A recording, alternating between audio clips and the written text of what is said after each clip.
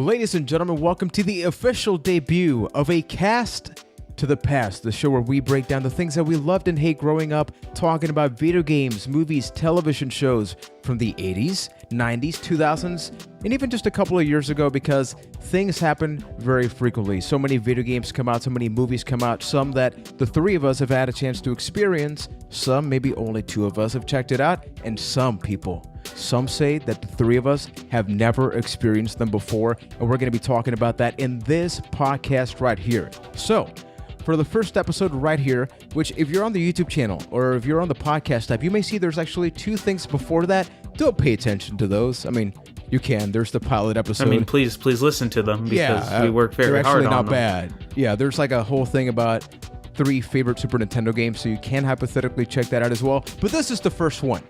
And we thought that we would be starting this off hot and spicy with The Legend of Zelda, A Link to the Past, because obviously this is what led to the name of the podcast. And we feel like if you talk about legendary video games that shifted video games to what they are today, you got to be talking about this game. So my name is Juan Velas. I am from San Juan, Puerto Rico, and joining me from London, Ontario, Keith Poshik from Boston, Massachusetts, Ryan Michael McNulty. The three gentlemen, we sat down, we played this video game, and if you're wondering, are we only going to be talking about this game for the next whatever amount of time? Yeah, but we're also going to be doing something different because keep in mind, I was born in 1989. What about you guys? 1990. I was also 89. So keep in mind that when this came out, we were about 2 to 3 years old, maybe, especially when we talk about the Japanese release, which I believe happened in 1991. So we thought that we would not only go back down memory lane to talk about the game, but actually talk about the time period. What were some of the things that were popular around that time when it comes to games, movies, to really give you a true time-traveling experience, to give you some context, if you will, about what we're going to be talking about. And if you want to talk about the game, don't forget to follow us on social media, A Cast to the Past, acasttothepast@gmail.com. If you want to give us any feedback, suggestions for future Q&A videos even, and everything else. So before we go on any further, Ryan, what say you about A Link to the Past? What is this magical game that we're going to be talking about? Yeah, so A Link to the Past is one of the best-selling Super Nintendo games. It's sold over 4 million units worldwide. It had an exceptionally long stay on Nintendo Power's top games list, ranking number 2 in Nintendo Power's last issue, which was in December 2012. It was also awarded the best sequel of 1992 by Electronic Gaming Monthly. So A Link to the Past was the third installment in the Legend of Zelda series, with the original Legend of Zelda coming out in 1986 in Japan, and it came out in 87 in the US. Then we had Zelda 2 in 1987 and 88 for Japan and US respectively. And then finally, A Link to the Past came out November 21st, 1991 in Japan, and hit US in April 13th of 1992, and in Europe in September 24th of 1992. How much do you think that sucked for Europe? Like, here's this incredible game that I will go on a limb and say is easily one of the top, at least 3 best games of all time. Like, people in Japan have been playing this amazing game for a year. We have to wait almost a year to just join in on the fun. Poor Europe in this case. The thing is, at that time, without the internet, it was like, we don't really know how bad it really was. I mean, sure, there were gaming magazines that I think would show you screenshots and stuff like that and get people hyped for the games. But the information, the spread of information was not nearly as like fast. And sure, maybe there was some TV coverage of it too, but I mean, how much were video games aside from commercials even really covered on TV back then? So I'm not really sure. We were a little too young to remember at that time. You need to go back and watch some of the commercials for A Link to the Past, especially the Japanese ones. Like, there's like an actor playing Link standing on a rock, grabbing the Master Sword. There's lightning in the background. Those are some great commercials. You already sold me on the game, man. And what's worth pointing out is that, yeah, it did come out in 92 in US, which is around the time that the three of us would hypothetically had access to it back in the day. But For the context piece, we are going to be focusing on 91 because it's the same game, right? Like there was a translation for the US, for Europe and stuff like that, but the game was developed and published in 1991. So we are going to be talking about that. But before that, I got to ask both of you, and then I'll close it off. Did you play The Legend of Zelda: A Link to the Past growing up? Obviously, not when it first came out. I mean, I would be very surprised if you guys did, but within like up to 1995, had you experienced it up until that point?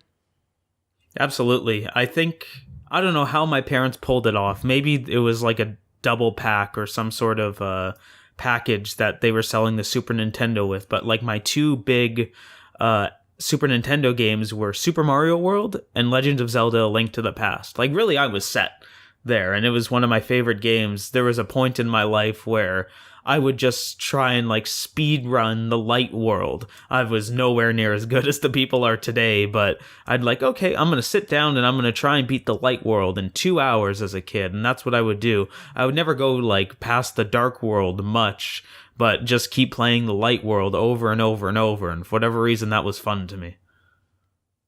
Yeah, so I remember going to a friend's house and he had his Super Nintendo, and one of the games he loved and was really good at was Legend of Zelda: Link to the Past. So this is the first time I saw anything Legend of Zelda. I'd never heard of it before, and I remember thinking it was the coolest game, and I loved the music, and then... But like for me, I was always like, I just kind of dismissed it like, this game's too hard for me. Like I can't, like he tried to get me to play like the beginning of it. And I had another friend that also was obsessed with the game that I tried to play it at his house too. And much like I think Final Fantasy VII, which he also tried to get me to play, I always kind of dismissed it. I'm like, that game's too hard. Like I was really hooked in on platformers. Like those were the only games I could play. Which are probably a lot harder, all things considered. In some ways, it depends. Yeah. It depends. It's kind of different kinds of skills in some ways. But I always remember like, man, Legend. Like I always thought Zelda was cool, but it was just like too difficult. So for me, I had a very similar experience to that of Ryan, where I played the original one, like the one for NES. We actually had the golden cartridge and stuff like that, but I played it very little because, like Ryan, it was way too difficult. And then I think I went to a friend's house or something, tried to play Link to the Past, and I got very lost because the thing with platforming games as opposed to adventure games like this one that are open world is that you know where to go, right? There's a platform, you got to jump to it, and usually you walk to the right. Now with this game, you walk to the right, and maybe you got to go left instead. You got to go down. Oh, but before you do that, you got to get this item first. And I was way too lost. Little Juan could not comprehend that whatsoever. Plus, I barely spoke English at that time, and there was no Spanish translation. So, not to make excuses, but there was yet another reason as to why I never played it. So really, I played the first one. I beat Ocarina of Time. I played that when it first came out and beat it multiple times. So I was very happy when we decided to choose this, because I have played a lot of Zelda-like games recently, like It'll Do 2 on the Nintendo Switch and stuff like that. So with that being said, because this game did come out in 1991, Ryan, which other games came out in that year? So some other games to just put you in that time period. Games that came out in 1991 includes Street Fighter II, The World Warrior. That was an arcade game. Battletoads for the NES. Hell of a game. So that was like towards the end, although NES went on forever. So yeah, like even though Super Nintendo was, already a year in, Battletoads still coming out on the NES, similar to how like PS2 is supported for forever. I'm pretty sure it's still supported. Oh, probably. There's a lot of mods out there. There's still a couple of games that still have online on the PS2. Think about that. So we also had Sonic the Hedgehog for Sega Genesis and Super Castlevania 4 for the SNES. So needless to say, some stuff came out. I mean, you're talking about Street Fighter II. That game revolutionized the arcades. I remember when eventually my brother bought the SNES version. That was a big deal. So the World Warrior, though, is that like... that's a version I've actually never heard of. That's actually the first one? Oh, okay. Yeah, not Championship Edition or anything like that. That was a vanilla Street Fighter II. Plus, I mean, it's worth pointing out that the Super Nintendo actually came out on August 23rd that year, if I'm not mistaken. Yeah, and then the year after, we would get The Legend of Zelda: A Link to the Past in the U.S. So, You know, very important to know, like, this is early on into the Super Nintendo life cycle, technically, when we talk about the original release all the way back in Japan. And, you know, some of the movies that came out in that time, we're talking about Hook, Terminator 2, Silence of the Lambs, Beauty and the Beast, Teenage Mutant Ninja Turtles 2, which I know, Keith, you like that movie, right? Oh, go Ninja, go Ninja, go Ninja, go, baby. That's what I say.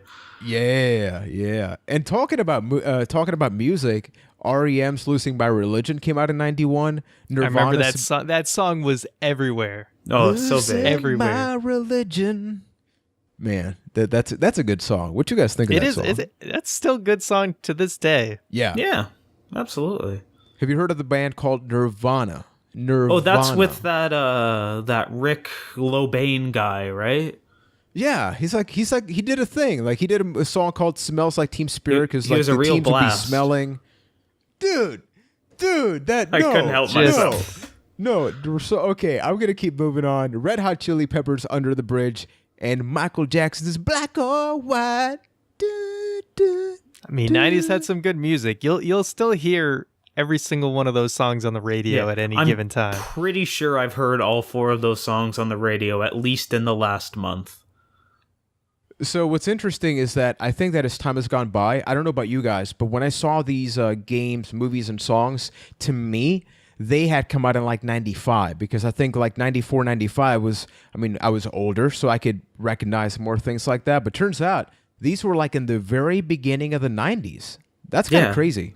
To me, the most staggering part was the whole Michael Jackson and Nirvana put out a hit the same year. Like, in my mind, they're so segmented as different time periods, but no, they were overlapping at the exact same time. Yeah, it's interesting that, to me, "Losing My Religion" is the most memorable one to me, probably because, like, my mom was obsessed with that song, so I just heard it a lot more than the other ones. So, like, but it really surprised me that was 1991, because I have such a memory of it. I had figured that song came out in like 95 or something like that. It's kind of crazy, man. It's just, it's a good context that although time has gone by, there are certain things that are timeless. And I think that's why we also chose A Link to the Past, because how many people, you go on Twitch, there's easily over 30 people playing A Link to the Past. Way better than I can ever play, because I did go back and played it recently with you guys. So as we get to this, I would like to get just not good, not bad, just general impressions. You went back, you sat down, you played A Link to the Past. Were you excited? Were you concerned? Because of, like Ryan, like you said, there's a difficulty spike. And I think that with a lot of video games that are way back in the day, like I'm terrible at Mega Man, generally speaking. So if you tell me to go back and play Mega Man, I may actually cry. With this one, I got close. So what say you guys about that general impressions about A Link to the Past? For me, as like a huge Zelda fan, I was definitely excited to go back because, believe it or not, I didn't beat A Link to the Past for the first time until probably like 2011, 2000, or even like 2010 maybe. I basically, in kind of the second half of my college years, I was just like, you know what? I'm just going to beat every single main series Zelda game. So I went back and did it. And A Link to the Past is a one that at the time, because I was such a fan of the 3D Zeldas, because the Wind Waker was like the first Zelda I ever beat. So that got me really hooked into the series. So I've always kind of had this bias towards the 3D Zeldas. And going back in like the late 2000s when I played through the series, I was still kind of like, I still love the 3Ds better. Like, the worst 3D Zelda to me is better than the best 2D Zelda. That was my feelings at the time. And oh boy. my feelings, having gone back and replayed it now, which, by the way, I played it on, you could see here, I got the box for those watching on YouTube. Wait, what was that price? I got this at a Game Store. You can still see the price tag if I can line it up correctly. For those on video version. Yes, for those on video version. Oh, here we go. It's $19.95 if it's not showing up. That's That- a crazy So price. $20. It was at a comic book store, still in the box. It was a little beat up, but it actually has the manual, and it has the Super Nintendo cartridge with the little plastic case that you would put underneath it, like to like keep it from dust getting in. So I was like, damn, this is like one of the best deals ever. And this was like, 12 years ago at this point. So even then, still damn good deal. But anyway, that's the version Wow. I played it on. Legit, like native Super Nintendo. And having gone back and replayed it, I have to say that now that I have a lot of the other Zelda's context and like I know kind of just the flow of Zelda games, like I really appreciate the hell out of this game a lot more than I did the last time I played it. And it's really reinvigorated my love for 2D Zeldas. And in fact, this weekend I started playing Oracle of Ages again because I want more 2D Zelda. Nice. Before Keith goes, I looked it up on eBay. It's like $100 for the version that you have. So Ryan, I'm just saying, if you're ever short on cash, Mine's probably worth a little less because it's a little beat up, but still, it could still probably go for a good amount of money. yeah, Not bad at all. So for myself, like I mentioned earlier, A Link to the Past is easily one of my top 3 favorite games of all time. So if there's an excuse for me to go back and play it, I will take it 100%. And I just really enjoyed every moment with this game. It was one of my favorite growing up. It still is. This just reinforced the fact of just how good this game is. Going through the light world was easy peasy for me. A little bit of challenge in the dark world. There's definitely a big difficulty spike in the middle of that game / when you get right to the dark world, and that was a bit challenging for me. What I played it on was I have my copy. I don't have it around me, so I can't pull it up for the video version like Ryan, but I played it on a Retron with a SNES controller. And so it's about as close to a unique experience as I could, because I don't have a Super Nintendo anymore, which is something I should probably fix for this show. But that'll be a problem for another day. Man. That's true. I could get the SNES Classic, which I probably should own. I played one a lot this weekend, and I think Juan sold me on wanting to get one. Yeah, no, that's what I actually played it on, and I was very happy that we did this for the first episode because, as I mentioned at the beginning, I had no nostalgia, which we talked about that on the pilot episode for this game because I had played it so little growing up, but because the more that time went by, I would share my love for Ocarina of Time, but that you would always hear the debate of, you like that, but I mean, A Link to the Past is so much better, and you talk about your Minish Caps and Majora's Mask and so many games, and Wind Waker, and I was like, okay, for me to be able to talk about the Zelda games, I gotta take it back, because this is the one that people talk about.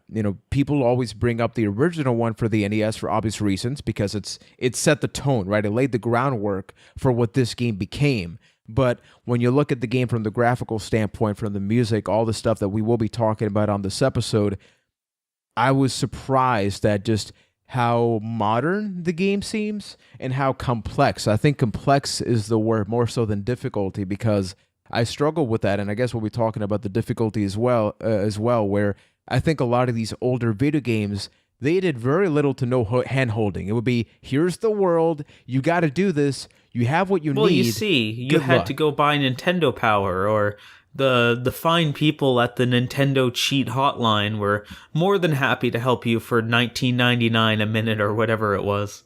Dude, there was a lot of stuff that I played this, and I'll be honest, for a couple times I had to summon Mr. Ryan McNulty there, because I was like, dude, I don't know what to do. And the first thing when he told me how to solve certain things, it's like, how are people supposed to figure that out? It's not logical. I don't know if I'm dumb. I had to look some stuff up too, because there's a couple beats along the way where like you totally forget. And there's definitely ways to find out. There's people that give you hints, and there's always that fortune teller person that can give you some hints as well. But most of the time I'm just like, Zelda Dungeon, look it up. ZeldaDungeon.net is a very good resource if you need some help. Definitely use that one a few times. So was there anything that surprised you about the game, sort of going back, considering everything? I mean, this is after Breath of the Wild, right? So I think that if this was after Skyward Sword or even Twilight Princess, I think the conversation would be a little bit different, because I remember this is what also persuaded me to play this game. When Breath of the Wild came out, a lot of the comments were, oh, this is the first official sequel from a gameplay standpoint to A Link to the Past. And I didn't really get that because I hadn't played A Link to the Past. But now that I did, I was like, okay, I can see how Breath of the Wild has a lot more in common with A Link to the Past than Ocarina of Time because of the linearity that Ocarina had versus A Link. There was nothing too crazy that surprised me, more just how much I enjoyed it, like comparatively to the last time. I feel like some games like Breath of the Wild have kind of changed my perspective on what makes a Zelda game great, and just other games in general have really like changed my opinion. And like having that freedom, having that choice, I think I value a lot more than I used to. But not too much else surprised me because I'm such a Zelda junkie. I'm constantly watching YouTube videos and like I watch a lot of like, Zelda rankings or different conversations about Zelda games. So A Link to the Past is, even though it had been so long since I had played it, it's never too far from my mind, much like all the other Zelda games. I think that's fair to say. And for me, it's less about the actual game itself and more about my remembrance of the game. How once I really got going, everything just kind of started to click. Like, okay, I remember that when you get to the Great Fairy, you have to throw the boomerang in, and you have to throw the shield in, stuff like that. Or okay, this is the route to Death Mountain. This is the route to get the Master Sword. It was more execution, and surprised that even though I play Link to the Past, like, let's say once every few years, I was just able, like, boom, it just fit like a glove, go and do all these things. And it just felt really good. And, that game feels so good. So one of the main things I feel we should maybe talk about first, because to me it wasn't a big deal, but I mean, this is technically a sequel or whatever you want to call it, where the game does have a story. And it does have a villain that you'll work your way up to, at least for me, because keep in mind that throughout the conversation, and this is why I also like the podcast, because I didn't have this previous concept, like Keith, you just mentioned, you start playing and then just something clicks, right? That was never there for me because I'm really playing it for the first time now in terms of like, I want to sit down and I want to play multiple hours of this game. Was the story anything you really thought about this game and went, wow, that is the reason that I play A Link to the Past? That is something of significance about this game? Not until recently. Growing up, I never really thought about the story, but when I was playing through this time, like I kind of realized, like, yeah, this story is great. There's not a lot of it. I mean, it's just text, but you're going into this world where really Ganon won. And he's like trying to just take over the rest of it, especially when you hit the Dark World. Like it's really a aspect of Zelda that we don't really see again until Breath of the Wild. Like you're going into a world where the battle already happened and you're just trying to pick up the pieces of another, I'm trying to make it better for the future. And they do it and they tell that story so well through just text. It's super impressive. Yeah, for me, the story, I love all the Zelda stories because definitely when I got interested in the whole timeline, and that is a whole nother conversation. I don't even want to get into it. It's so convoluted. Not today. But that is honestly what fascinates me about the Zelda series is once I figured out that even though most of them are very loose connections, the fact that in some way all the games are connected is what really fascinates me, and that's what really gets me into the story. And this game, A Link to the Past, was really the first game to implement the story into the game itself. Before, in the first two NES Zeldas, like 99% of the story is just in the manual that you would read, whereas A Link to the Past actually incorporated the story into the game and it's developing as you play it. It was also the first game to mention Ganondorf, like the humanoid basically version of Ganon. You don't actually see him in the game, but he is mentioned, and it's kind of that first like hint of, hey, he wasn't always just this big pig monster guy. Like he's to also actually a wizard, be a guy. And it's really cool. You mentioned how it's a sequel, Link to the Past. It's kind of crazy to think about, but you have to remember that this was the sequel to Zelda 2. Like, it being the third Zelda game, you had the original. You had this huge shift going into Zelda 2. Like, it's a completely different game. And then, boom, you have A Link to the Past following that.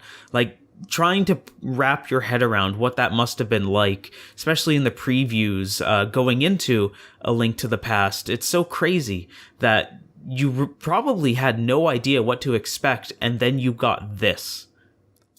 Yeah, I mean, in a lot of ways, it defined Zelda, because you had two games that were completely different, and then here comes A Link to the Past, which story-wise is actually a prequel to both of them. But we're is not obviously going into the third installment. timeline. I'm just saying the story. Careful, the story man. is a prequel, no doubt about it. But yeah, you had these two NES games. One's an adventure thing, and it's great, and you're going into all these dungeons. Zelda 2, also an adventure game, but it's incorporating the very popular side-scrolling that was like huge at the time. So along comes A Link to the Past, and it chooses to go more in the same vein as the first game, and from then on, every Zelda game follows suit with A Link to the Past. Like, imagine so it really how solidified different that formula. Imagine how different of a world it would be if A Link to the Past was a side-scroller. Wow. Yeah. Yeah. And so something I got to mention from a storytelling standpoint, the biggest deal is not even the text, but the visual companion, because the fact that you get to switch between these two worlds, not only does the visual change because it becomes more brown and dark green. When you switch to that, the enemies change as well, but also the music changes, because I think one of the most memorable things about A Link to the Past is the soundtrack, right? You just say that and you immediately hear that familiar track, but then you switch, you go back and forth, and it's a friendly reminder of this is where you're at now, but this is what happened, right? Like, what is, I think you mentioned, Keith, what are you going to do about this? Because this already occurred, right? So you're kind of just trying to salvage the little that is left in this world. And I think like the simplicity in that storytelling, considering this came out in 91 in Japan, is huge, because I've played a lot of games that came out in 91, 92, even 93, and the story elements, unless it's saying, hey, you're a bad guy, it's not really there. There's not the subtleties that you get with the visual companion that you get with A Link to the Past. And I thought that was excellent. And I think that the other thing is that ultimately, yeah, there's action in this game, but the majority of it very much is a puzzle game. So, Ryan, I want to bring it to you first, because I know you love Majora's Mask, controversial thing for many people that like Zelda. How important is the puzzle element in this game for you, in A Link to the Past?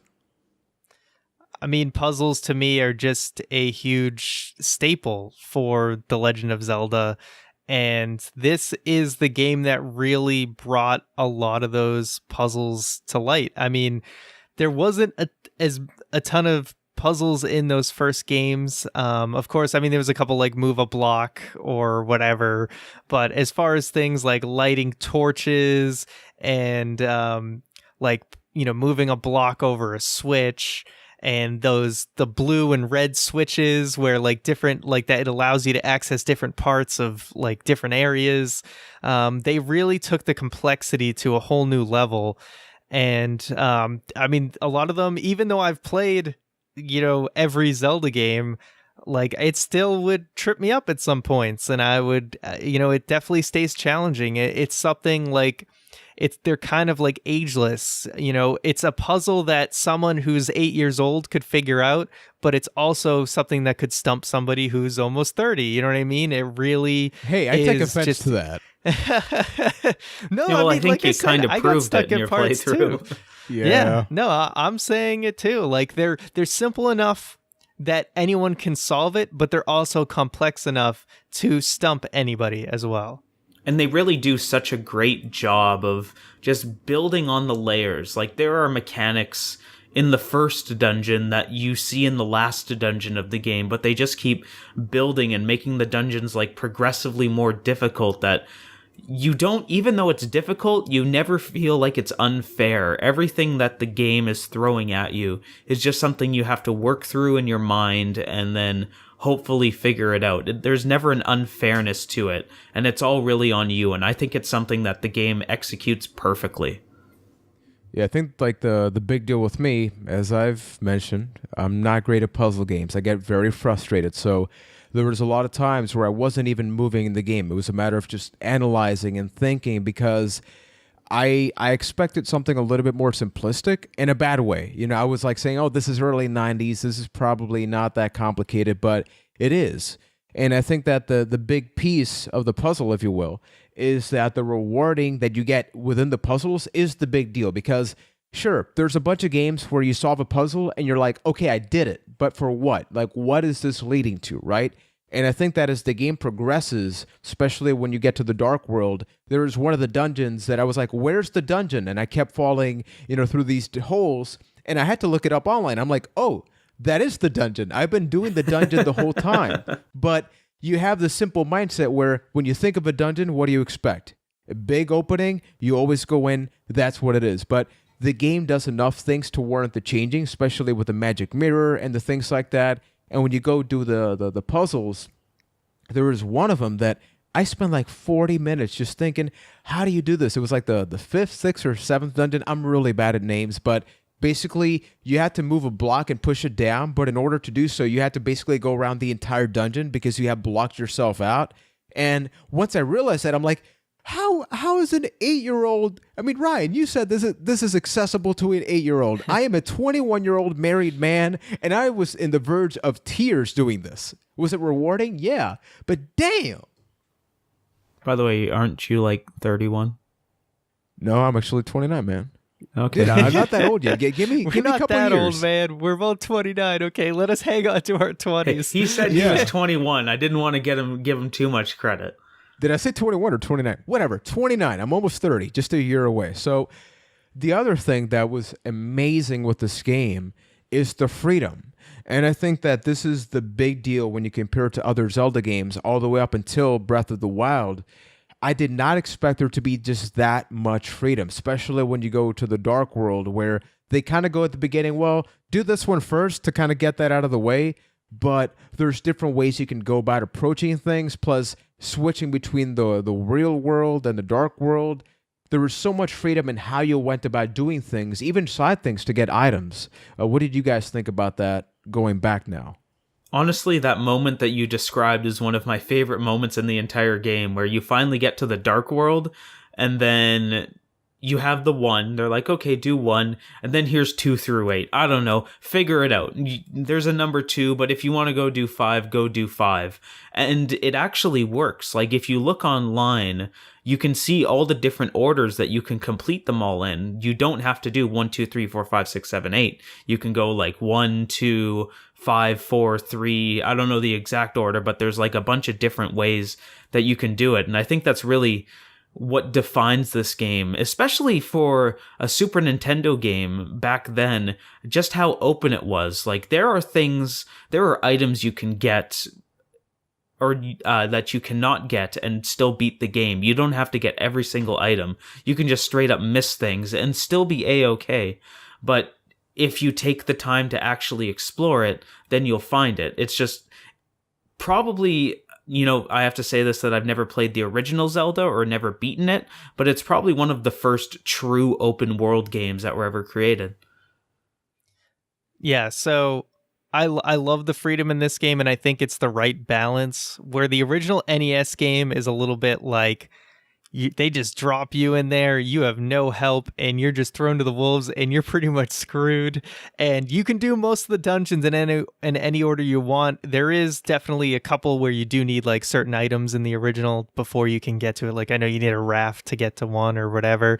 So A Link to the Past does it a little bit better, where it's like, okay, we're gonna guide you through. Guides you. Yeah, it gives you. It doesn't throw you to the wolves. It starts you off and it's exciting, and you're going through like Hyrule Castle, and then it guides you to the first 3 dungeons that you do have to do in order, I believe. And then can you do can you do the second, or can you do like the tower on Death Mountain before you do the desert dungeon? You can't, because you need the glove from the second dungeon in order okay. to get to Death Mountain. Yeah, so you know what? Honestly, there's probably a way to glitch through it that I don't know of. We're not talking glitches. We're talking legit. Because someone could beat the game apparently in 5 minutes with glitches. So there you go. Yeah, so they guide you through the first 3 dungeons, then in the Dark World you do Dungeon 1, and then from there you can do, for the most part, the dungeons in a pretty creative order. There's definitely 1 or 2 that I believe you do need an item like the hook shot to get to, but even then I think there's a way to glitch it if you can really do it. So I love that. It's guided at the beginning, and then when it's like ready to set you free, I feel like you're ready for it. At least most of us. I don't know about Juan. I don't know if he was ready for it. But it's something I really appreciate. And when Breath of the Wild kind of brought that back, you were just like, oh, like I didn't realize how much I missed this, because as Zelda games progressed, like you had less and less choice. Because like even Ocarina, you could do the water dungeon before the fire dungeon. Like the water temple before the fire temple, but it was just like an uncommon order. Mm-hmm. And you could do like the shadow temple or the spirit temple in any order, but like that was like the only choice you got. So it got more and more limited and like as you went, and it was like until Breath of the Wild, A Link to the Past really had it the best. It's true, because even in those later games, you had your Navi equivalent saying, okay, Link, it's time to go to the water temple. It's time to go to the desert. Where in A Link to the Past, even though they kind of give you some direction, especially with those early ones, it's just on the map. You have to figure out how to get there. Like, yes, there's a 2 with a crystal on the map, but you don't know how you're going to get there until you actually go do it. And I think it's how they go about limiting you. With Ocarina of Time, I also owned the 3DS version, and I was playing that after Hurricane Maria because, I mean, hey, I got to do something with my free time. And I was surprised at just how handled it is because I had already played the game. So I was going in and I'm like, stop talking to me. I just want to play the game. Whereas here... Listen. Hey. See, and that got to a point. Hey. And see, that reached like critical mass when Skyward Sword happened, because if you thought Ocarina was bad, Skyward Sword basically took it to the limit, to the point that is the big reason why Breath of the Wild exists. Because eventually, like some of the not so good tropes. Isn't the tutorial like 8 hours long in Skyward Sword? I mean, what? Basically, from Twilight Princess and Skyward Sword, like the tutorials take forever, and I think. Like it's, you know what I mean? Zelda kind of got more and more away from itself in a lot of ways. There's a lot of tropes that it really like stuck with, and some of these started in A Link to the Past, but a lot of that freedom that the original Zelda up to Link to the Past that really embraced was just being slowly taken away until we reached that point where everyone's like, Zelda needs to change, and a lot of that change was going back to its roots.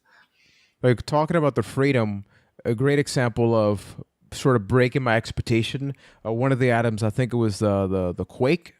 At one of the points, I was near the waterfall, right? So I see like there's a circle, there's like water with some stones around it, and I see a stone on the floor, and I'm like, wait a minute, I could sort of do like a basketball thing and throw it. I really didn't know that was going to unlock something. All of a sudden, everything starts shaking, something comes out. I'm like, whoa, okay, so I can't just judge a book by its cover. You know, if I look at a stone, there can be something hidden underneath, maybe some fairies, maybe some bottles and things like that. So not only did it reward you for being open about which dungeon you want to do first, but there are certain items that you can unlock early on that sort of do make things easier for you, even for somebody like me. And something that we absolutely have to touch up on, maybe my favorite part of the game, has got to be not what you see, but with what you hear. Because I think when you talk about video game music, maybe there's like the Halo, you know, the thing at the beginning, but this right here, this alongside with the Super Mario theme song, are maybe the top 2 most memorable tracks, not just in video games. I'm gonna go bold here. This is among the most memorable music tracks of all time. Because You're talking even if, about the intro music to A Link exactly, to the Past. Yeah. exactly. Because even if somebody's not a gamer, they have heard about that track. They can probably sort of point out that it's in a video game. How much of the music in the game sort of accentuated the experience for you guys? I think the music is the experience in this case, or at least that's what made it feel grand. Like, especially when you're in the open world, you finally hit Hyrule, then you hear that booming da da da da da da da da. Like, the world feels huge. It feels epic. The dungeon music just as great, but it doesn't have that giant feeling. It's very like close, and you feel cornered in. And then when like things get serious, like my personal favorite track on the set list is the Death Mountain music. When you're climbing up Death Mountain, and it's this very like intense action feeling music. It shows up again like in the Skull Forest. Oh, and Skull Forest is a whole other amazing part of that game, but that's, in my opinion, that's what made it feel as epic as it actually does. The music just ties everything together.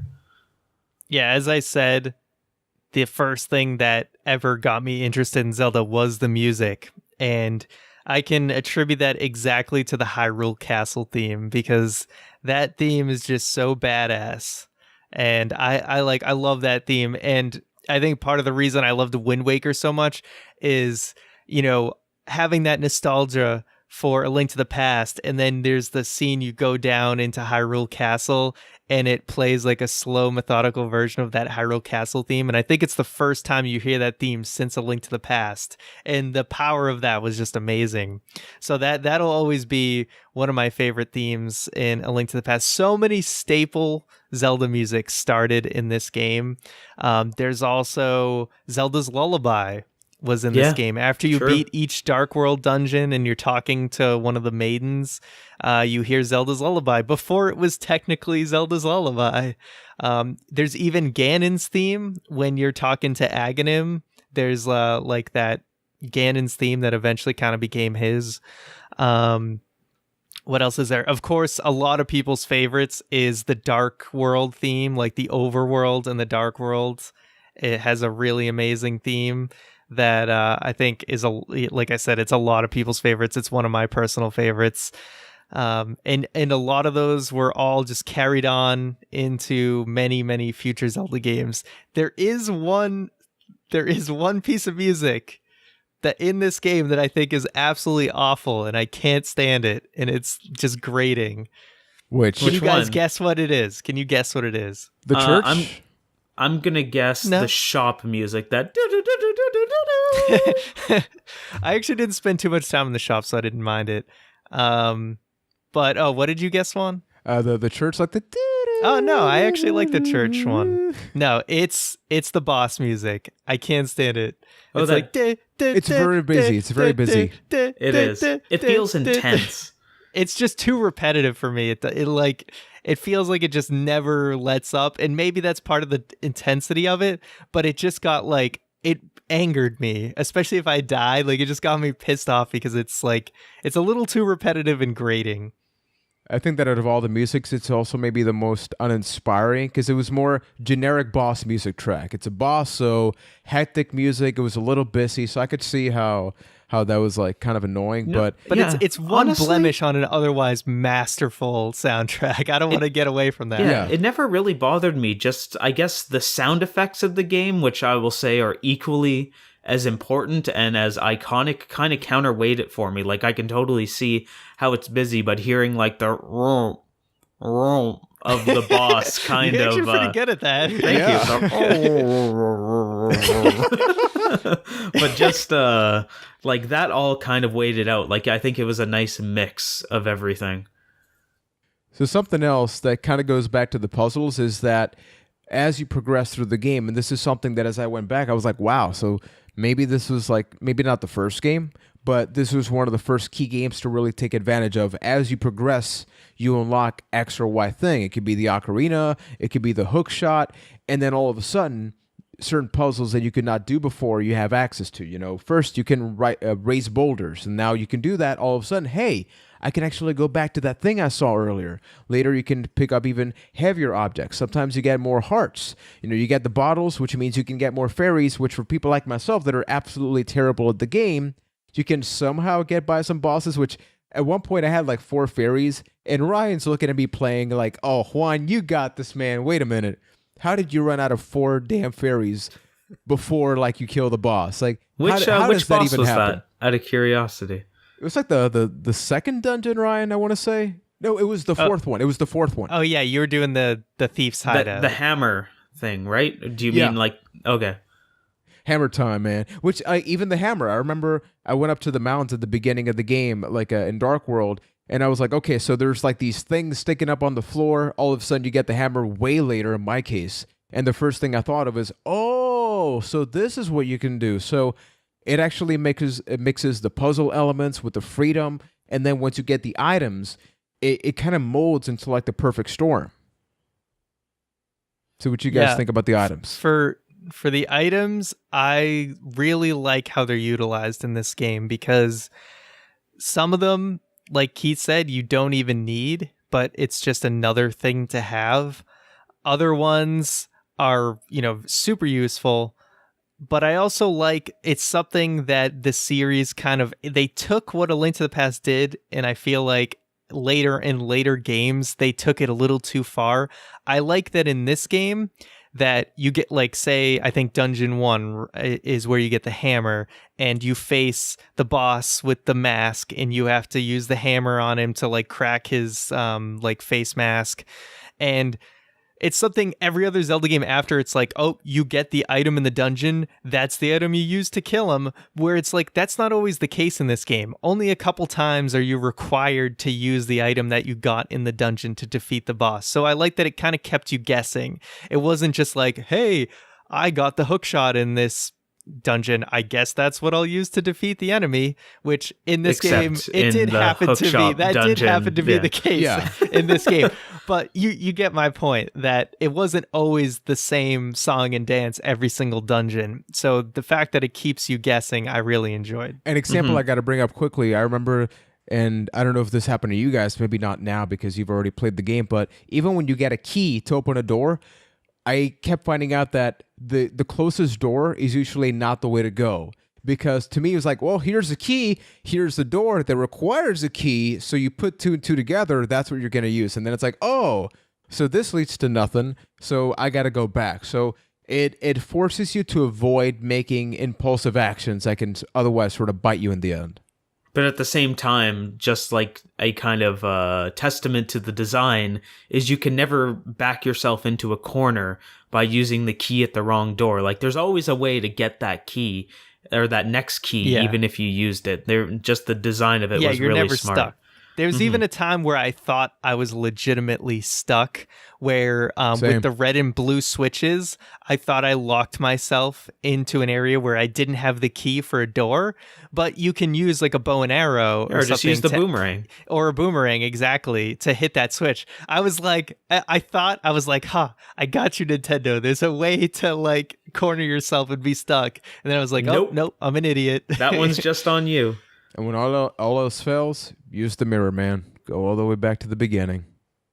Oh, that's true. Yeah, that's true. I sometimes forget about that, and that's something that if you really know your way around, you can really take advantage of that. Absolutely. Now, I need to kind of do a love letter here to a specific item in this game, because another thing that this playthrough of Link to the Past really solidified for me is that the hookshot is easily, no question, bar none, one of the greatest weapons in video games, period. It's just so versatile. You can destroy things with it, take it out, just clear gaps. The hookshot is maybe the perfect weapon. Now, it wasn't as good in the previous, or I would say in the future Zelda games. The really 3D thing kind of ruined the hookshot for me. But really? God, I love the hookshot in the 3D games. It is so perfect in this game. I love the hookshot. The second I got it, I just like, you know how you always have that basic thing equipped? Like there's always your go-to. Yeah, the hookshot is mine. It was my go-to as well. No question. Like, except for the couple of parts in the game where you actually need it, Like I would pick it over like the bow and arrow every single day. And because you're like unlimited arrows. Exactly. It has a similar function, and yeah, especially with those like jellyfish guys, the hook shot was like my staple for taking care of those dudes. Like you can basically just take the boomerang and throw it in the garbage once you get the hook shot. That I happens barely a lot used it in Zelda. afterwards. Yeah. Wow. Yeah. Now that I think about it, I think that like after like the third or fourth dungeon, I don't think I ever used the boomerang again. I would maybe use It's the kind of a bombs. thing. Zelda games, the boomerang gets trumped a lot. We're sorry, Mr. Boomerang. I'm not. You're just get better boomerang. Be on the hook shots level. So the visual appeal now, getting to maybe the most obvious thing. I mean, when you talk about Super Nintendo, I think we mentioned this all the way back on the pilot episode, there are certain generations of video games that when you go back, you're sort of afraid because, for example, nowadays, you can use the original Super Nintendo. I can play this using the Super Nintendo Classic, but I have an LCD TV, which means that things that maybe look great back in the day don't necessarily do so now. I think that's more so the case with PS1 and 64. Now with this game, I was playing it on a 60-inch TV, and I was amazed at just how beautiful the game is. The animation with the things. It still annoys me that Link has purple hair. I'm not going to get to that right now. Hey, Mr. Timeline, why does he have pink hair? He has pink hair purely because I think it just the way the sprite animation looked. If he had brown hair, it just didn't blend right. It kind of looked too much like it was part of his face or something. It had something to do with just it didn't look good if he had brown hair just based on his sprite character. So they made it pink so it would like stand out and you could tell it was his hair. All right, that's way more of an answer I thought than I was going to get. Expected that one? No, not at all. All right, I can see. I know a lot about Zelda. All right. So talk to me about the graphics, Keith. What you think of them? Vivid? Liked it? Nay? Yay? I think the best compliment you can give it is the fact that when somebody talks about Super Nintendo graphics, it's what you think of. It's kind of what set the bar, and just the way that it used color is probably one of the best cases that you could make for that era, in how the contrast in the light world and the dark world, how everything's so like lush and green when you're in the light world, and when it goes to the dark world, everything's so dead and brown and there's skulls everywhere. The design of everything's great. The bosses, I think the bosses are a huge part of the art direction of the game, and how everything looks so different but fits the theme of all the dungeons as much as you can really could really explore in that case. And just so good. Everything about this game is so good. I mean, yeah, I think in general, a lot of Super Nintendo games hold up very well just because of, the art style, and A Link to the Past is no different. It's the sprites and everything are so memorable, and everything still looks fantastic. And yeah, like you said, even if you're playing on a really big TV, it still looks great. And the visuals, like, I mean, when people get tattoos, Zelda tattoos, it's like, it's either a Triforce or a lot of times it's a Link to the Past, like sprite, like tattoo. It's true. It's like, that just shows like how good it all still looks. It's just fascinating when you think about Super Nintendo. It's the same console that had Killer Instinct, Donkey Kong Country, and The Legend of Zelda: A Link to the Past. You look at those three games, and I guarantee you, if you get like an 8 to 10-year-old nowadays to look at these, they would think there are three completely different consoles because the graphics are just so different from one another. And it's all about that Mode 7, baby. Change the world. 7.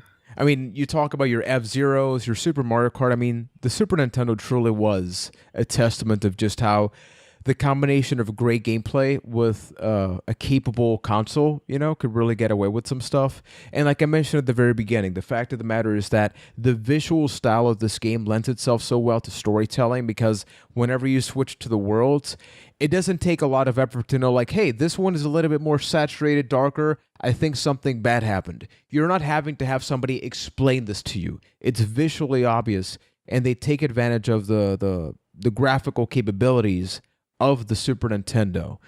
And I guess now getting to the more obvious topic right now, which is all of this is lumped up by a lot of things that happened with the original Nintendo, the NES, and the Super Nintendo. That's the difficulty. And we've kind of sort of talked about it back and forth because we are going to be getting to the boss battles as well. Did you think that the difficulty going back as somebody, and I'll say it at the end because my context is very different. Do you feel like it's adequate to what the game is? Do you think it's unfair? Do you think it's too easy for maybe people nowadays? What do you guys think? This game's hard.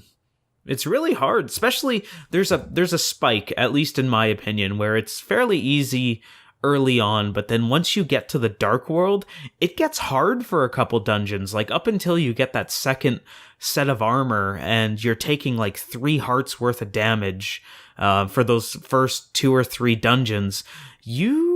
It's challenging. You kind of get your butt kicked real good if you don't know what you're doing. And then as you progress and you get the better shield, once you get the mirror shield, the final armor, it does get easier at the end, especially when you have that buffer of having almost 2 full rows of hearts.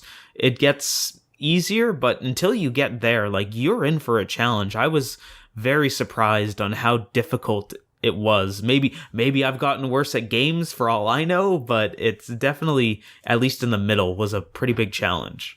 Hey, something I sort of forgot to bring up. With difficulty, I guess this kind of goes hand in hand.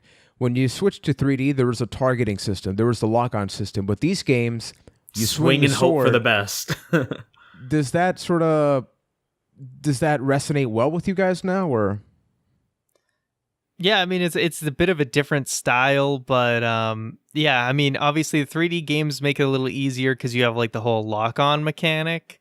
But it really, it kind of is like, I think we grew up, playing probably a lot more 3D games, by this point. So that's just what we're used to. So 2D is a lot harder. But I've also heard people talk about how since they were in their like teens and 20s during like the 2D era, so they find 2D games a lot easier than 3D games. So it's really just kind of what you grow up with. So we've spent a lot more time probably on 3D games than 2D games in a lot of cases. So that's what we're used to. And I mean, so yeah, it's a lot more demanding. Difficult. It's a lot more demanding precision wise. Sorry, I cut you off there. Yeah, no, it's all right.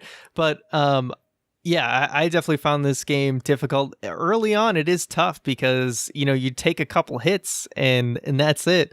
So even in the easier dungeons, it's easier like to just take a hit in a 2D game than it is in a 3D game, I feel like.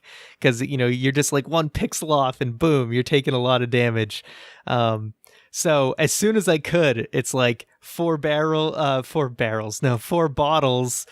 4 fairies, getting, I'm stocked up, get the ocarina so that I can fly around. Who needs magic potions? 4 fairies all day, baby. As soon as I could, I'm like, okay, where's the fairy fountain? Oh, I got the one right next to my house. Like, if I died on a boss, I was leaving that dungeon, fly to my house, stock up on 4 fairies again. Can like, somebody run to the explain boss. something to me? I'm sorry, man.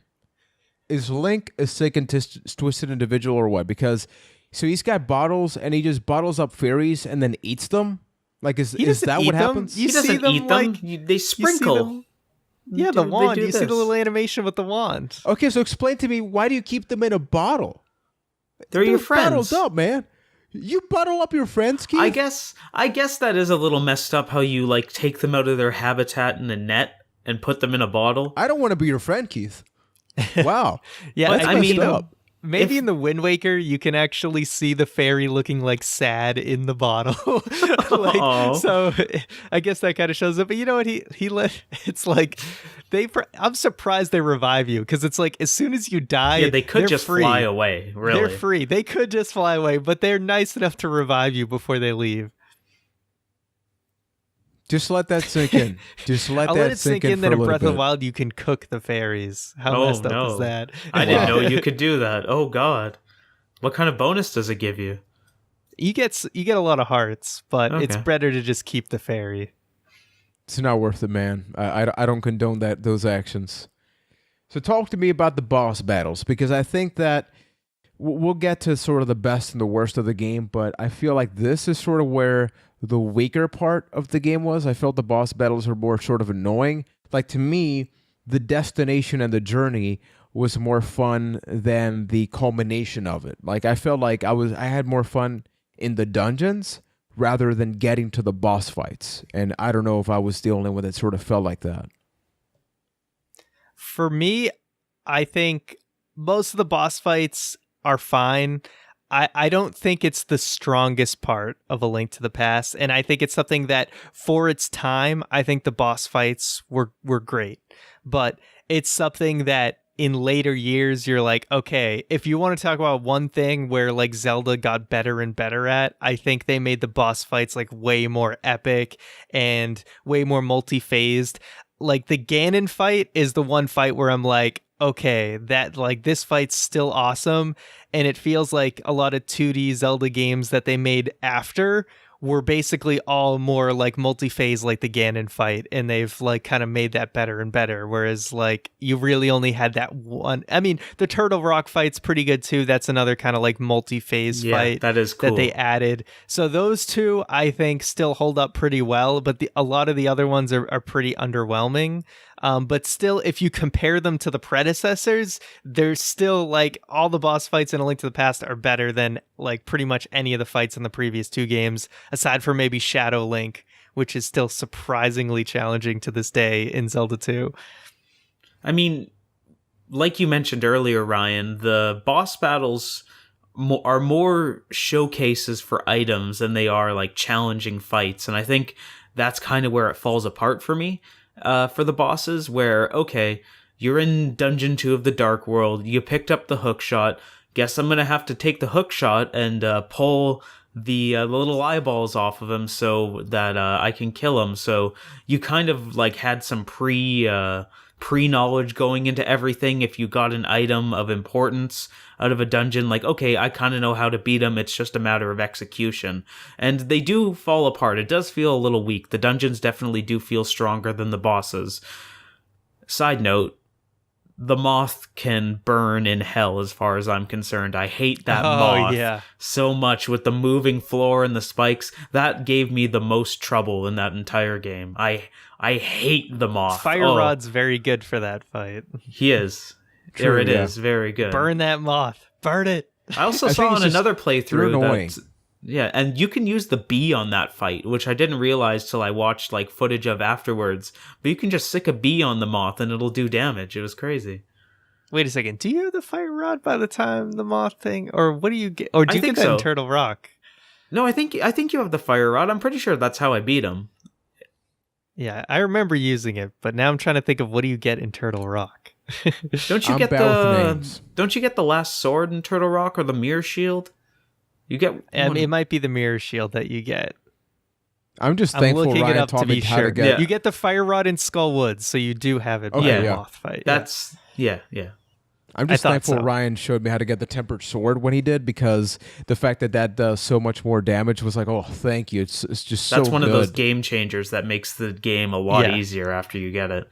It's a big reason why a lot of people go, obviously you have to do Dungeon 1 in the Dark World first, but then a lot of people go right to Dungeon 4 because that's when you get the Titan's Mitt, which allows you to get the tempered sword. So it's like you want to upgrade that sword ASAP. And the only thing that's unfortunate is the way that the order kind of goes. You can't get the blue, like the blue mail or whatever, which helps you take less damage. You can't get that till like later, the Ice Palace. And like it makes, in a lot of ways, it makes sense to do a lot of other dungeons before you do the Ice Palace. So it's unfortunate. The Ice Palace. Just the sliding on the floor. Ones. I just hated all the sliding, and those penguins are dicks. Did not like the Ice Palace. I really hated the fact that because you have to go back and forth so much in that dungeon. Every time I was like, oh my goodness. And I know some people use the attack, like the fire spell that kills everything on the same spot, but it was so annoying because there's a lot of back and forth going in that dungeon. And talking about that, I think that my favorite dungeon may be the second one, the water dungeon. I just thought that it was really creative. It was the one that I had the most fun. The hook shot, dude, the hook shot is so good. Especially because it's like you're trying to figure out, okay, so I got to cross this, so what's the item that I can latch onto, right? Just so enjoyable. And that's the thing. Like, it's a challenging game because I died a lot of times. I don't know how many times you guys died, but thankfully, I'll be honest, I'm I very died thankful. 69 times exactly. It tells you at the end. In my case, the fact that I got the Super Nintendo Classic, I hit that little reset button a couple times. I'll be real, and maybe there were some save states. You guys can look at me weird. I'm sorry. I'm bad at this game. Hey, I wanted to get by it, and I was getting frustrated. I'm bad at it, but at least, hey, I'm being honest about it, and that, my friends, is what matters. So we've sort of broken down the it's a giant R. There's a giant R and Zelda's right in it. Give me your best thing or best moment about this game. Be like, this is the defining feature that makes me love A Link to the Past. What is it? The music. No question. It's the music that makes the game. For me, like I mentioned, the Death Mountain music is the best part of that game. I mean, I got to put the music in there too, but also, like I said, freedom of dungeon order, and also dungeon count. There's like 12 dungeons, I think, in this game, which is more than almost, I think it's still it still has the most, unless you count like Breath of the Wild shrines. It's still like the most traditional dungeons of any Zelda game. And also, one thing that we didn't touch on with the dungeons is I feel like the length of dungeons is like so perfect. It doesn't drag on too long. It's like they're so rewarding. It's just like, it doesn't feel like this, and like, they're big, but they're not overwhelming big. Like, because there's some really daunting dungeons in some of the games, especially like the Game Boy games. There's some really big, confusing dungeons, and I feel like A Link to the Past really hits that perfect mark of there like are, 14 it's a little in the game, isn't what? there? I was Is just there doing 14? some because if you count like the dungeon like basement area or whatever at the beginning, I think. Yeah, and then like the castle where you fight Aghanim the first time, and then the 3, and then the 8 crystals, and then Ganon's tower. Is it 8 crystals or is it 7? Isn't it 7 maidens and then Ganon's tower? Oh, maybe you're right. Yeah, I think you're right there. Never mind. Yeah, 13. and Ganon's tower, by the way, one of the hardest final dungeons. Yeah, that was. We talked about using guides. I needed a guide just to even have a hope in I think hell. I had to look up one thing that I got stuck on. I think the last dungeons, like the last 3 to 4 in particular, to me were not convoluted. Like, I get it. You know, the difficulty is supposed to go up, because if every dungeon was the same amount of difficulty, it would be a boring game, right? But they definitely, like, especially after that ice dungeon, the fact that you really got to think outside of the box. Like, that's when I really felt like you had to be using more bombs to go through the floors and things like that. Like, I think that really accentuated that part. And as far as the favorite thing for me in this game had to be, I guess, you can say like the revelation moments where sometimes things just make sense to you. Like, I'd be in a dungeon, I'd be stuck in there for a while, but then I would look at something and be like, oh, so this is exactly what I got to do now. And you feel like an absolute badass because you're just rushing through it when 30 minutes ago, you're just sitting there standing and you have no idea what to do. When you figured out you had to walk through the waterfall in the water dungeon, right? Yeah. Did that trip you up? That tripped me up for a little bit, and I was like, I looked at the map and I'm like, there's a room here, what's going on? And then I'm like, oh, wait a second. When I walked through the waterfall, I'm like, yes, like I figured it out. There was the other dungeon, I forget, it's in the forest, I think, that there's all these like I don't know what branches on the wall, so I'd always be ripping those up like throughout my experience in the dungeon, because I'm like, well, if in the waterfall you could go through it, eventually there has got to be something like that. And there was, but like all the way to the end. I was like, it was worth it. It was worth it. Now, we talked about the great things. Let's be real. And this is going to happen with any game, with any movie. Let's get nitpicky here, because this is what it's all about. There's always something that could either improve on, that did not age as well, that maybe was never good to begin with. What was your least favorite thing about going back and playing A Link to the Past? All right, I'll start. So I mentioned there's the boss music, but I won't go any further into that. I think another thing that they could have improved upon was some of the runs. Like, if you died at the boss, some of like there was a bit of monotony on some of the boss runs, like getting back to the boss. Some of them were particularly brutal. That is definitely something that they improved upon later in later games, and they made that a lot less of a chore. I think even by Link's Awakening, they had already improved that by having like a warp. It's true. This yeah. game is a great example of why checkpoints were one of the best things that ever happened in video games. So like none of them were like horrible, but it's just also like a slog if it takes like 4 annoying. tries for a boss. Yeah. A lot of these are nitpicky. I would have appreciated a warp to the top of Death Mountain, because if I had to go back and get like fairies and stuff, I'd have to do the usual climb all the way up. Maybe there's a shortcut I just don't know about. And then I just had one other thing off the top of my mind, and now I'm forgetting it. So you guys go ahead, and if I think about it, I'll chime in. Mm-hmm. I think, like we mentioned, the only really blemish on this game is the boss battles. You guys hate the music.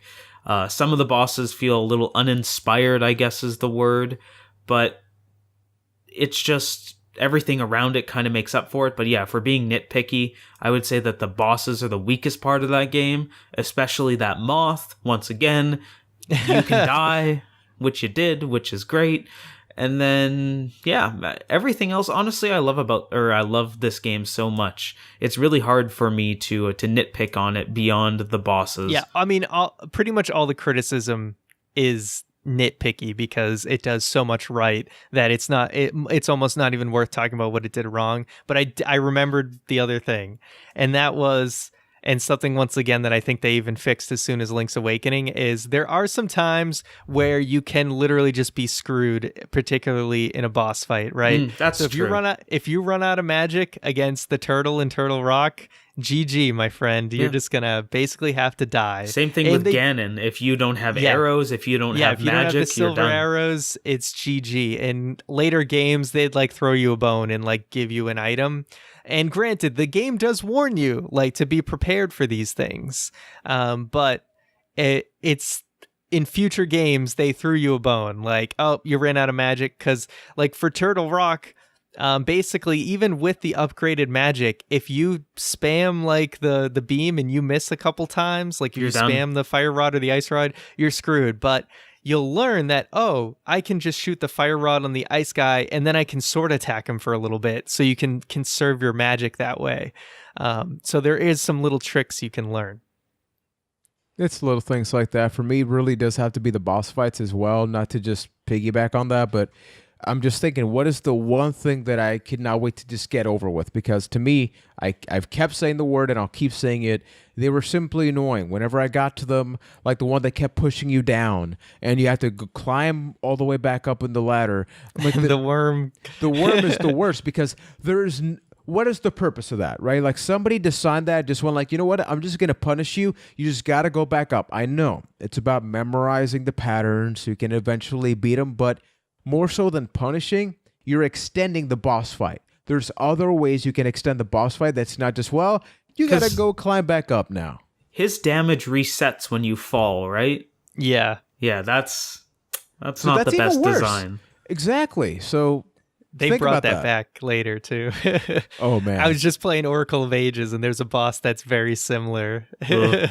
Oh, I don't like that. But having said that, if the boss fight is the only thing we can really look back at and be like, this is the problem, I think there's a reason that people talk about this game to this day, that people talk about it, on a competitive scale as well. So sort of switching things now, we are going to be closing things off with the legacy. What does this game mean in the grand scheme of the world of video games? You have your randomizers. You have so many weapons, so many video games that to this day, in 2018, they still use this formula. And guess what?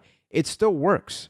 It's still great. It's still fun. And a lot of them, even at their hardest attempt, cannot match the awesome thing that is A Link to the Past.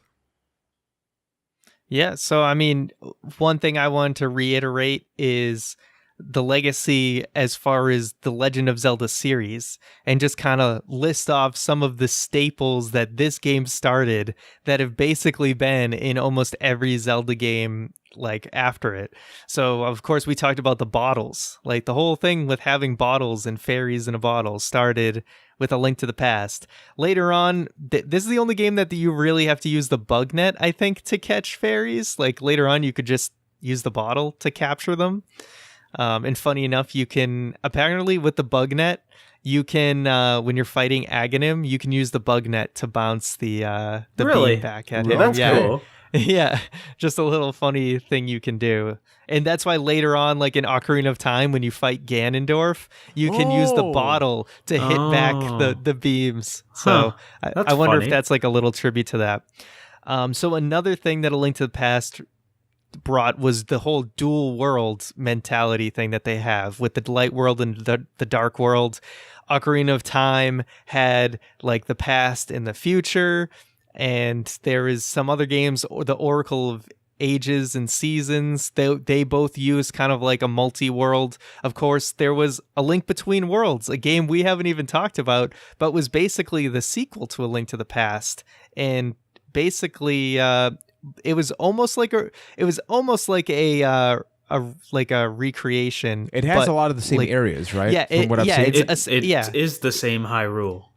Yeah, it's very Okay. much the same Hyrule, but the dungeons are very different. There's a lot of differences in bosses, and there's like also you can go into walls and stuff.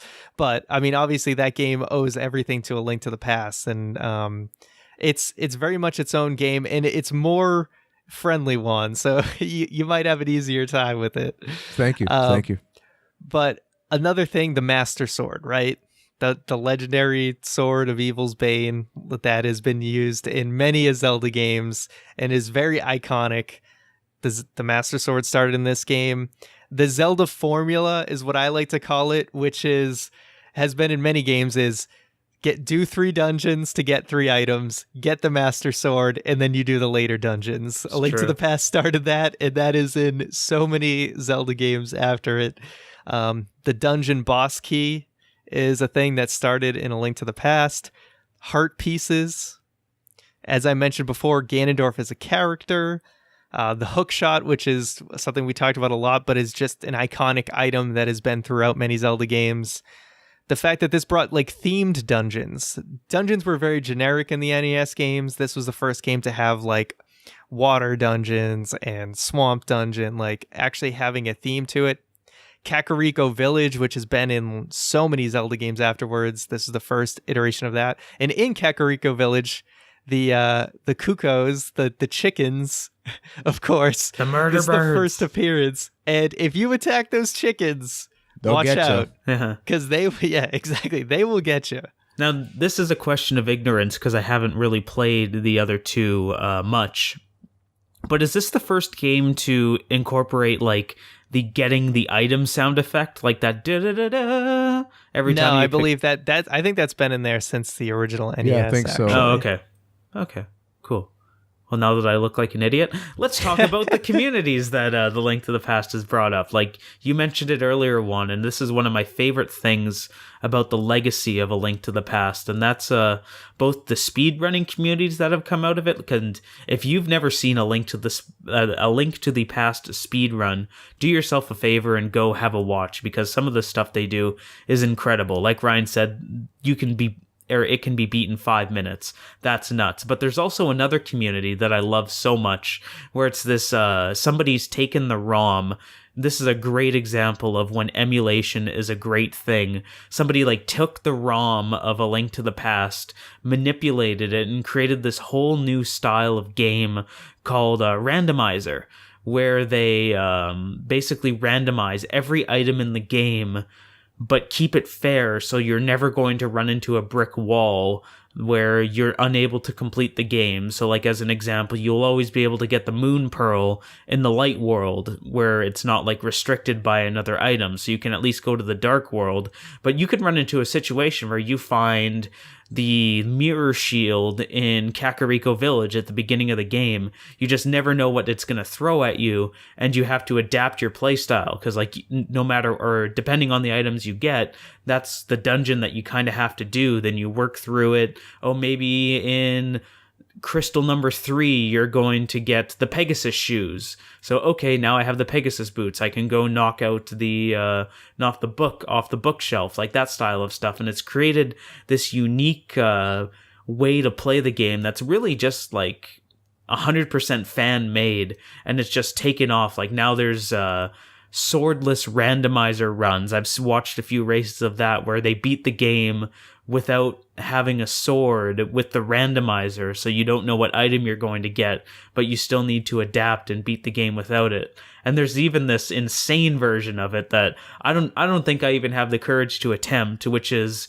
they took Zelda and Super Metroid and turned it into one randomizer run. Like, what the hell? You use there's a way to switch between the two games, but you might get the Master Sword in Metroid and stuff like that. It's insane. My mind is blown.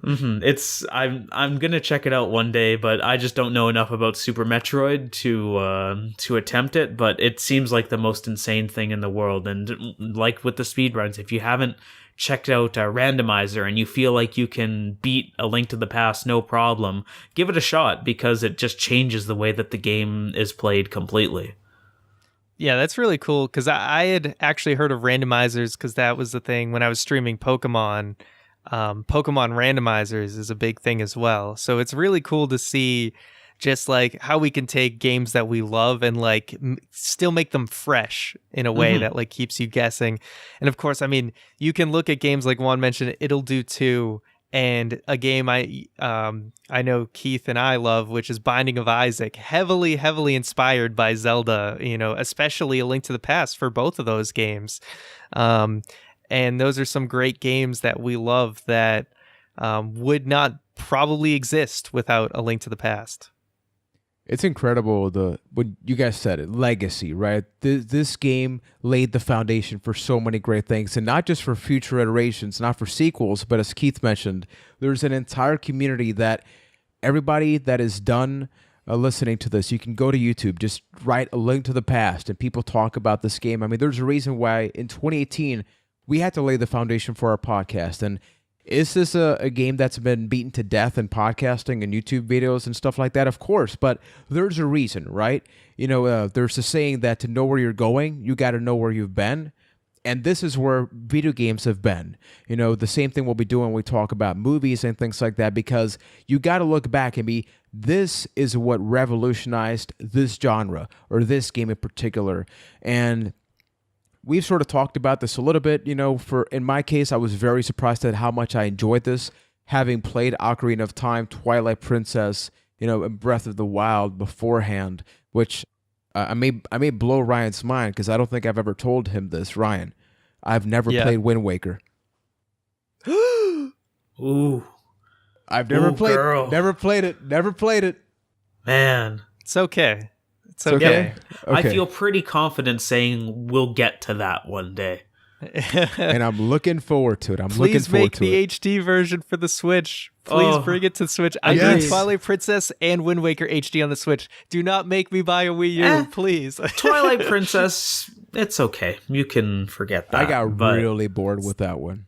Yeah, same here. Still, that's the thing with Twilight Princess. Well, maybe I'll force you guys to play it so that we can talk about that one in more depth. You know, it's a pretty safe bet that eventually we're probably going to play every Zelda game. Yeah. Yes. Yeah. At some point or another. But I think Juan, you were going to head into comparing this game to other Zelda games. Yeah. And I think the key thing, if I could have one takeaway that I love about this game, is that it rewards you for knowing what to do. And I think that's what makes it really fun, right? Because, you know, maybe it took me 15, 20 hours to beat the game. I wasn't really keeping track. But someone who knows everything about this game, and not talking any glitches or anything, they can beat this game in less than 2 hours, because they know which is the right key to use at which door. They know the optimal order to do the dungeons in. And that's such a rare thing, I feel like, in modern games, right? Because there's a lot of things where you're like, hey, I know what I need to do in this game, but the game makes you go through the entire song and dance, because it's like, oh, hey, you can't do that dungeon yet. Why? Because you haven't triggered a cutscene. It's like, give me a break. That's what I love. Like, that's what's so refreshing about this, and something I love that they adopted in Breath of the Wild. Just to give one example of a cool thing of like knowing what to do in Breath of the Wild, actually I'll give you two examples. Is there's a part where like there's the research facility or whatever, you get a light like a blue torch like at the top of the facility, and usually you go up there, you talk to the lady, she tells you have to do it. Well, if you already know what to do, you can go grab the torch, go up there, light it before you even talk to her, and then she'll actually have like unique dialogue for that. That's cool. Or like instead of dealing with like going up to Zora's domain and like talking to the prince guy as he guides you all the way up there, you can actually go all the way around the back of Zora's domain, like fly down and just skip all of that and be right there.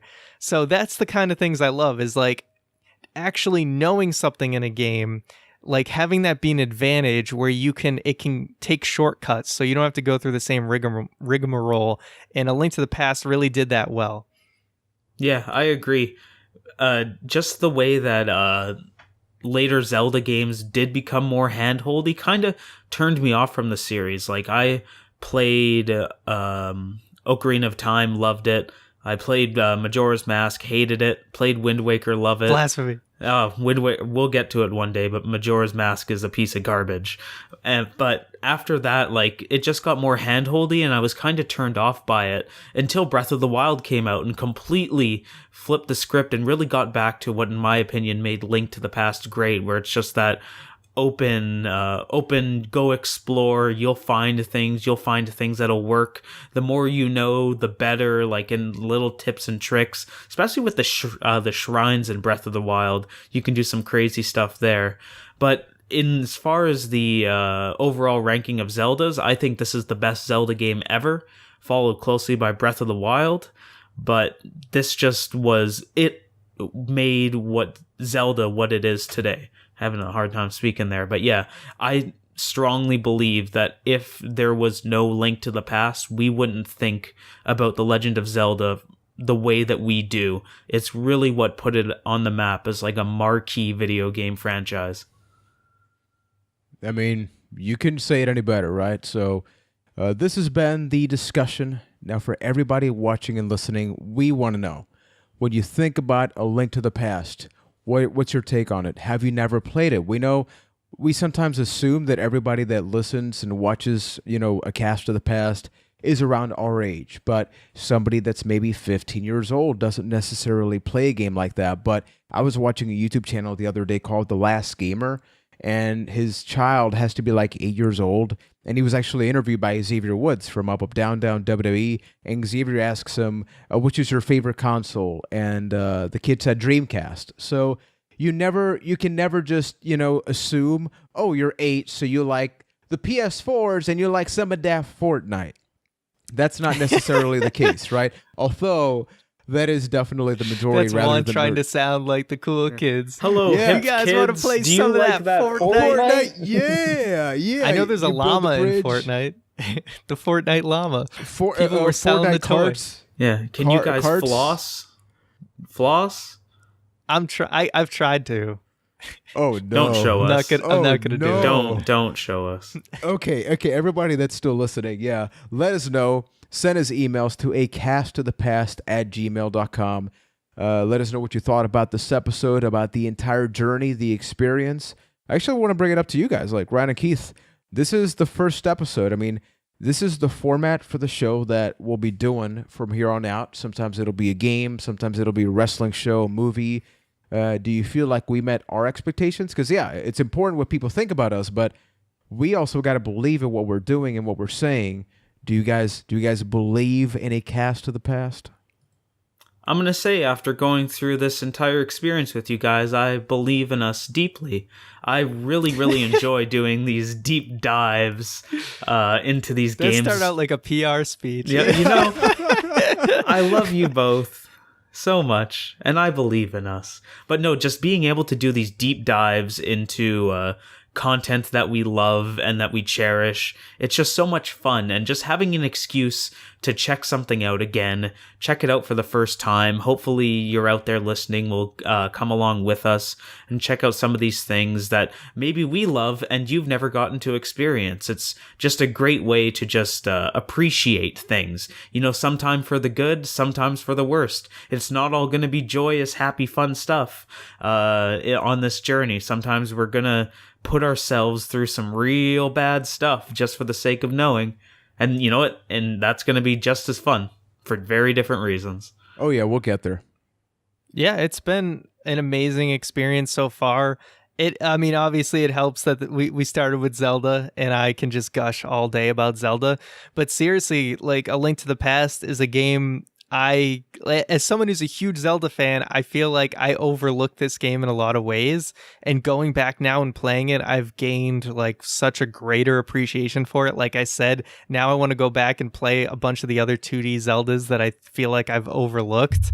And it's definitely, now that I'm replaying the games, like my rankings of Zelda games is probably going to fundamentally change because of this. So this is kind of exactly what we wanted to do, right? Is go back to this stuff, and it's like, hey, our appreciation for it may change for the better or for the worse. In this case, obviously for the better. But I feel like this is what A Cast of the Past is all about. And I'm glad that I'm already experiencing it one episode in. Well said, Ryan. Well said. Yeah, man.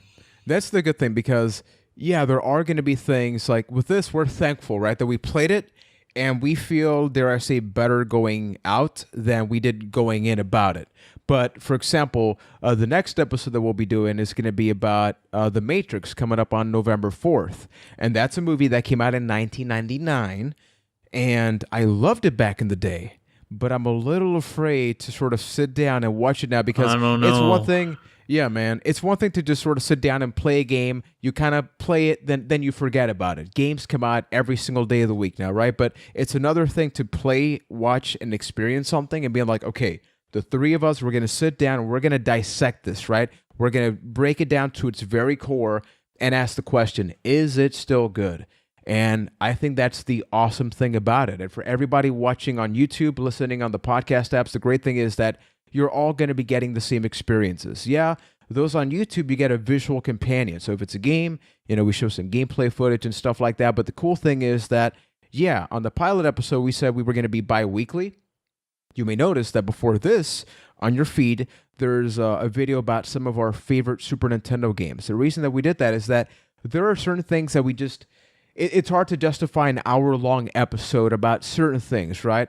And it's not that they're good or bad. It's like, hey, we can kind of just, summarize that differently because we're not going to dissect, I don't know, your Batman Returns, which is part of that, the same way we would this, right? Hypothetically, we could, but I don't think the three of us would sit down here and be like, we're going to do an hour-long episode about Batman Returns. Next week or next episode, depending when you're watching and listening, we're actually going to go back to the 90s and we're going to talk about 90s traits and just trends that happened with movies because that's really important. That's going to give us a little bit of context.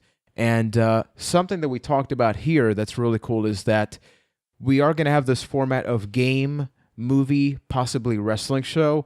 And something that Ryan mentioned, and I think it's important, is that because not everybody may like all three, in the gaming episode, we're always going to announce the next game that we're going to be covering. So in the Matrix episode, we'll be announcing the next movie, so on and so forth. So with that being said, Mr. Poshik, yes. What do we got coming down the pipeline, my friend?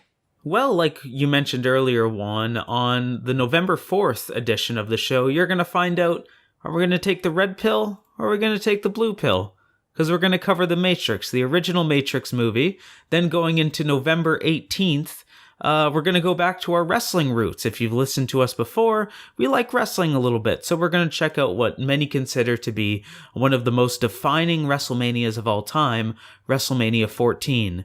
Then, December 2nd. Oh boy. 5 days before my birthday. We're going to turn on our PS2s. We're going to experience probably one of the most defining games of that era that continues. Influential, word, absolutely. Yeah. Grand Theft Auto 3, the thing that really changed open world gaming and gaming in general. One of the most controversial, one of the most influential, just an incredible piece of gaming history. We're going to be doing a deep dive into Grand Theft Auto 3 come December 2nd. It made sandbox a word you associated with gaming. Yeah. True. Kind of interesting how we went from A Link to the Past, which is this game that has a lot of freedom, and we kind of go, I mean, one is family friendly, the other one is not so family friendly, but it's again, still that about the element of opposite. freedom, taking it to an interesting level. Exactly. So I am super excited about that. We're going to be playing it on different consoles and things like that for everybody watching and listening. Let us know as well, what do you think about Grand Theft Auto? Depending on what you answer, what you submit, your comments could be going on that episode. And remember, even if you don't necessarily interact immediately for these episodes, send us questions, because in the weeks between these extended episodes, we can maybe do a Q&A. Just, shoot the breeze, talk about different things, quick fire. It's about building a community. It's about having fun.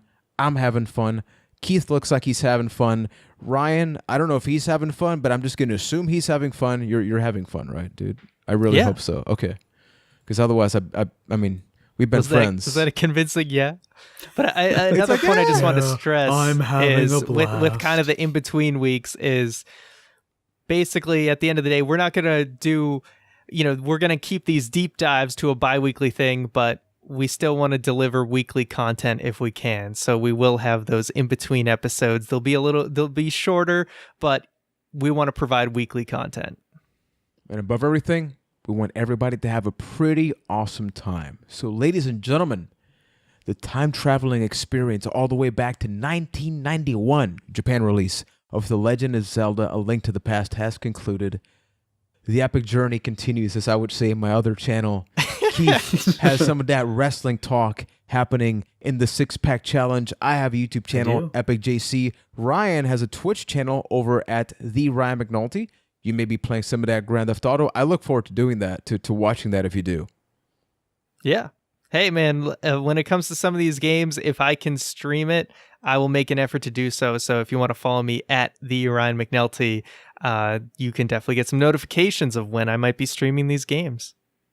Same here with Press Pause TV. My wife and I stream there on Twitch, and I will definitely be playing this game. And I'll be afraid, because whenever I play a game that I'm excited to play and to complete, I tend to do pretty bad on stream, but that's not what this is about. So seriously, thank you guys. We had a blast. We look forward to the next episode, 90s Trends in Movies, and Keith laid it down with the upcoming episode. So take care, have an awesome time, and until next time, enjoy some games, movies, and other things from the past.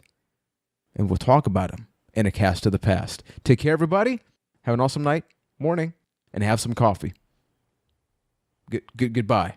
Who has coffee at night? He just monster. can't figure out I how have to some end coffee. it. I have You some just coffee can't at night. figure out how You're to a end it. monster. Dude, I love coffee at night. No.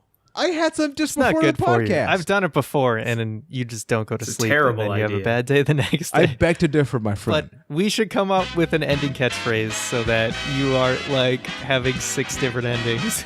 Yeah. Yeah.